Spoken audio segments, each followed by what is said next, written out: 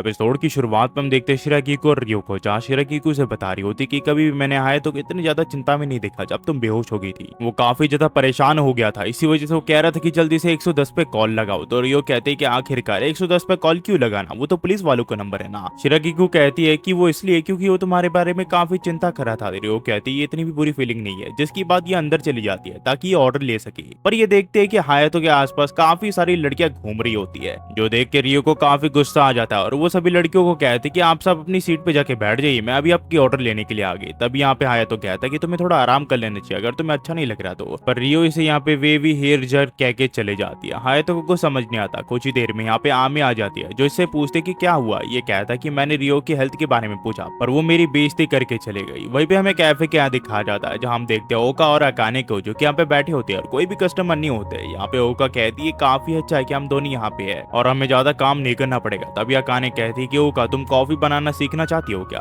वहीं पे हमें दिखाया जाता है रियो को, जो कि यहाँ पे सभी कस्टमर्स को एंटरटेन कर रही होती है और सभी का ऑर्डर ले रही होती है। यहाँ पे हायातो कहता है क्या रियो सचमुच इतनी ज्यादा टैलेंटेड है, वो सभी से अच्छे से बात कर रही है। शिराकीको उसे बताती है वो कॉलेज में भी ऐसी है, कॉलेज में हर कोई इसे पसंद करता है, कोई भी ऐसा पर्सन नहीं है जो कि रियो से हेट करता है। हायातो कहता है इंटरपर्सनल स्किल कहो या फिर कुछ भी, रियो ने ये चीज कहीं ना कहीं से तो सीख किया। शिराकीको से कहती कि रियो अपने बारे में ज्यादा बात नहीं करती। हायातो फिर कहता है कि अगर हम कॉलेज की बात करें तो तुम दोनों थर्ड ईयर में पहुंच चुकी हो। ये कहती कि हाँ, तो इसका मतलब तुम्हें परमानेंट जॉब की तलाश शुरू कर देनी चाहिए थी अब तक। शिराकीको इसे कहते इस चीज से इससे बिल्कुल भी फर्क नहीं पड़ता और वैसे भी ये कुकिंग करती है। हायातो कहते तो फिर तुम्हें कुकिंग से रिलेटेड जॉब को ढूंढनी चाहिए ताकि तुम वहाँ पे अपनी स्किल को इम्प्रूव कर सको। पर शिराकीको इसे कहते कि इस चीज के बारे में इसने अब तक बिल्कुल भी नहीं सोचा है। तब यहाँ पे आमे आ जाती है, जो कि कहती कि जैसा आपने परमिशन दिया था, अगर कोई भी इंसान किसी के साथ बदतमीजी करे तो मैं उसे मार सकती हूँ ना। आया तो कहता है कि ऐसी परमिशन मैंने तुम्हें कभी भी नहीं दी थी। तब आमी कहते कि उधर देखो और हम देखते हैं कि कुछ लड़के यहाँ पर रियो के साथ बदतमीजी कर रहे होते हैं और हायातो को याद आ जाता है कि वही लड़के होते हैं जिन्होंने इनके साथ चेरी ब्लॉसम वाले फेस्टिवल के समय पर लड़ाई की थी। तो यहाँ पे हायातो इसे परमिशन दे देता है कि वो उनके साथ लड़ाई कर सकती है। आमी फिर इनके साथ लड़ाई करने के लिए चली जाती है। ये लोग कहते हैं कि आखिरकार तुम हो कौन। आमी कहती कि लगता है तुम्हें मुझे कुछ समझाना पड़ेगा।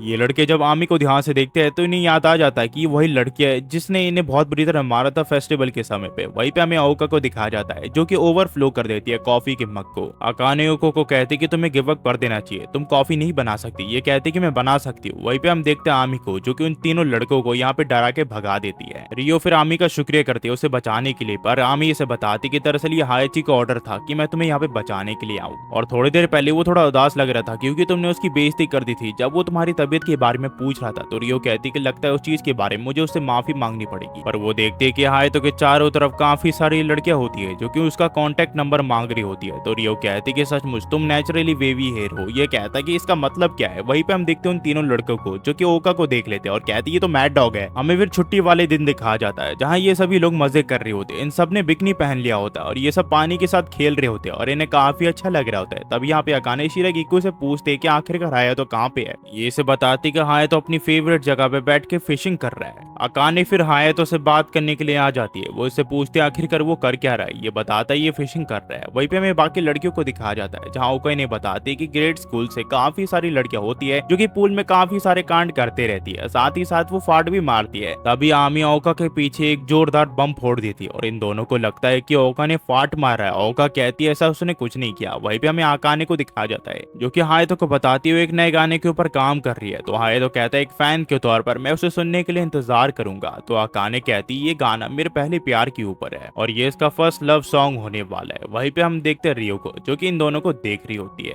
अकाने फिर हायातो को कहती है क्या तुम इस गाने के लिरिक्स सुनना चाहोगे। पर इससे पहले हायातो कुछ बोलता उसकी फिशिंग रॉड में एक बड़ी सी मच्छी फंस जाती है और वो उसे खींचने लग जाता है। पर ये देखता है ये आमी होती है जो कि इसकी फिशिंग रॉड को खींच रही होती है और वो इतना ज्यादा खींच देती है कि हायातो का सर जाके सीधा आमी के सर पर टकराता है और ये दोनों यहीं पे बेहोश हो जाते हैं। जिसके बाद हमें शाम को दिखाया जाता है जहाँ ये सभी के सभी घर वापस जाने लग जाते हैं। यहाँ पे हायातो ओका से पूछता कि मैंने सुना कि तुमने पानी के अंदर फाट मारा। पर ओका कहती है उसने ऐसा कुछ भी नहीं किया। तो हायातो कहता है इस बारे में मुझे आमी ने कहा था। ओका कहती है ऐसा मैंने कुछ भी नहीं किया। हमें फिर अगले दिन दिखाया जाता है रियो को, जो कि यहाँ पे काफी सारे कस्टमर्स को बुला रही होती है। यहाँ पे काफी सारे लोग रियो की तारीफ भी करते हैं। वो कहते हैं कि तुम्हारी आउटफिट काफी बढ़िया है। रियो कहती है ऐसी कोई बात नहीं है। हायातो इस चीज से काफी खुश होता है कि रियो की प्रमोशन से यहाँ पे काफी सारे कस्टमर आ रहे होते हैं। पर रियो बिल्कुल भी यहाँ पे आराम नहीं कर रही होती है। यहाँ पे हायातो कहता है कि मैंने उसे कितनी बार कहा है कि उसे थोड़ा थोड़ा आराम कर लेना चाहिए बीच में। सीन फिर कैफे के यहाँ जाता है, जहाँ हम देखते हैं आमी और अकाने को। यहाँ पे आमी काफी ज्यादा बोर हो रही होती है। तो अकाने कहती है अगर तुम तुम बोरी हो रही है तो तुम कॉफी बनाना सीखना चाहोगी क्या। सीन फिर कैफे के यहाँ पे आता है जहाँ पे हायतो रियो को डांट रहा होता है क्योंकि वो बिल्कुल भी आराम नहीं कर रही होती है, सिर्फ काम किए जा रही होती है और साथ ही साथ उसने सुबह ब्रेकफास्ट भी नहीं खाया होता है। तो हायतो उससे चुपचाप एक जगह बैठ के खाने के लिए कहता है। शिराकीको फिर से नूडल दे देती है पर ये तेजी से खाने लग जाती है। तो शिराकीको से कहती है तुम आराम से खा सकती हो, हायतो तुम्हारे बारे में सचमुच काफी ज्यादा चिंता करता है, इस वजह से तुम्हें बीच बीच में रुक के थोड़ा आराम कर लेना चाहिए। पर रियो कहती कि हाँ मैं इस चीज से खुश हूँ कि वो मेरे बारे में चिंता करता है और ये पहली बार है किसी को मेरी जरूरत है और कोई मेरे लिए इतनी ज्यादा चिंता करता है। वहीं पे हमें आकाने और आमी को दिखाया जाता है जहाँ पे आमी अच्छे से कॉफी बना देती है। आमी कहती है ये तो काफी आसान है, सिर्फ पानी ही तो डालना है, ये तो कोई भी कर सकता है। पर आकाने कहते हैं ये हर कोई नहीं कर सकता, चलो मैं तुम्हें और अच्छे से सिखाती हूँ कि तुम कैसे कॉफी बना सकती हो। वहीं पे हमें कैफे के यहाँ दिखाया जाता है जहाँ हम देखते हैं टीवी चैनल वाले आ चुके होते हैं जो कि कहते हैं कि एक लड़की के बारे में हम काफी अच्छे रिव्यू सुन रहे हैं, क्या उनका हम इंटरव्यू ले सकते हैं। तब यहाँ पे रियो आ जाती है जो कि कहती है कि आखिरकार ये सब यहाँ पे चल क्या रहा है। तो ये आदमी कहता है क्या तुम्हारा नाम तासुकिशिमा रियो है। रियो कहती है कि हाँ मेरा नाम तासुकिशिमा रियो है। तो ये आदमी कहता है मुझे मेरी आंखों पे विश्वास नहीं हो रहा, मैं तुम्हारे साथ काम कर चुका हूँ काफी जगहों पे। रियो कहती है कि हाँ मुझे तुम याद हो। इस आदमी की दोस्त फिर इसे पूछते हैं क्या तुम एक दूसरे को जानते हो। ये आदमी बताता है दरअसल रियो एक चाइल्ड एक्ट्रेस हुआ करती थी एक समय पर रियो कहते हैं कि मैं अपने पास के बारे में अब बात नहीं करना चाहती। पर जब लोग रियो के बारे में सुनते हैं तो उन्हें याद आ जाता है कि रियो एक चाइल्ड एक्ट्रेस हुआ करती थी जिसका करियर खत्म हो गया जब वो बड़ी हो गई और वो अब पार्ट टाइमर के तौर पर यहाँ पे काम कर रही है। और ये सब सुन के रियो काफी ज्यादा फ्रस्ट्रेट हो जाती है और यहाँ से चली जाती है। हमें फिर घर के यहाँ दिखाया जाता है जहाँ हम देखते हैं कि रियो यहाँ पे आज आई नहीं होती है क्योंकि उसे भूख नहीं होती। वहीं पे हमें रियो के सपने को दिखाया जाता है जहाँ उसके फादर उसे छोड़ के जा रहे होते हैं पर रियो कह रही होती है कि मैं काफी अच्छा काम कर रही हूँ, आखिरकार आप मुझे छोड़ के क्यों जा रहे हो। पर उसके डैड उसके सवाल का जवाब नहीं देते और यहाँ से चली जाते हैं। वहीं पे हमें ओका को दिखाया जाता है जो कि रियो की पुरानी वीडियोस को देख रही होती है, साथ ही साथ उसके सारे शोज को भी देख रही होती है। दरअसल उस आदमी ने ओका को रियो के बारे में सब कुछ बता दिया होता है। दरअसल रियो एक अच्छी एक्ट्रेस हुआ करती थी पर उसकी जो मदर है उससे काफी ज्यादा काम करवाया करती थी। इस वजह से रियो के जो फादर है उन्होंने टीवी स्टेशन को कहा कि रियो को ज्यादा काम करवाया ना जाए और उसके बाद इसने अफवाह सुनी कि रियो के पेरेंट्स ने एक दूसरे को डाइवोर्स दे दिया है। वही हमें रियो को दिखाया जाता है जहाँ पे उसके फादर उसे कह रहे होते कि रियो तुम्हें ज्यादा काम करने की कोई जरूरत नहीं है, तुम्हें अपने आप को ज्यादा पुश करने की कोई जरूरत नहीं है। पर रियो कहती है वो बिल्कुल ठीक है, उन्हें चिंता करने की कोई जरूरत नहीं है। वही रियो प्रेजेंट में सोच रही होती कि जब वो मेहनत वाला काम किया करती थी तो उसकी मदर उसकी तारीफ किया करती थी पर आखिरकार उसके फादर ने कभी ऐसा क्यों नहीं किया।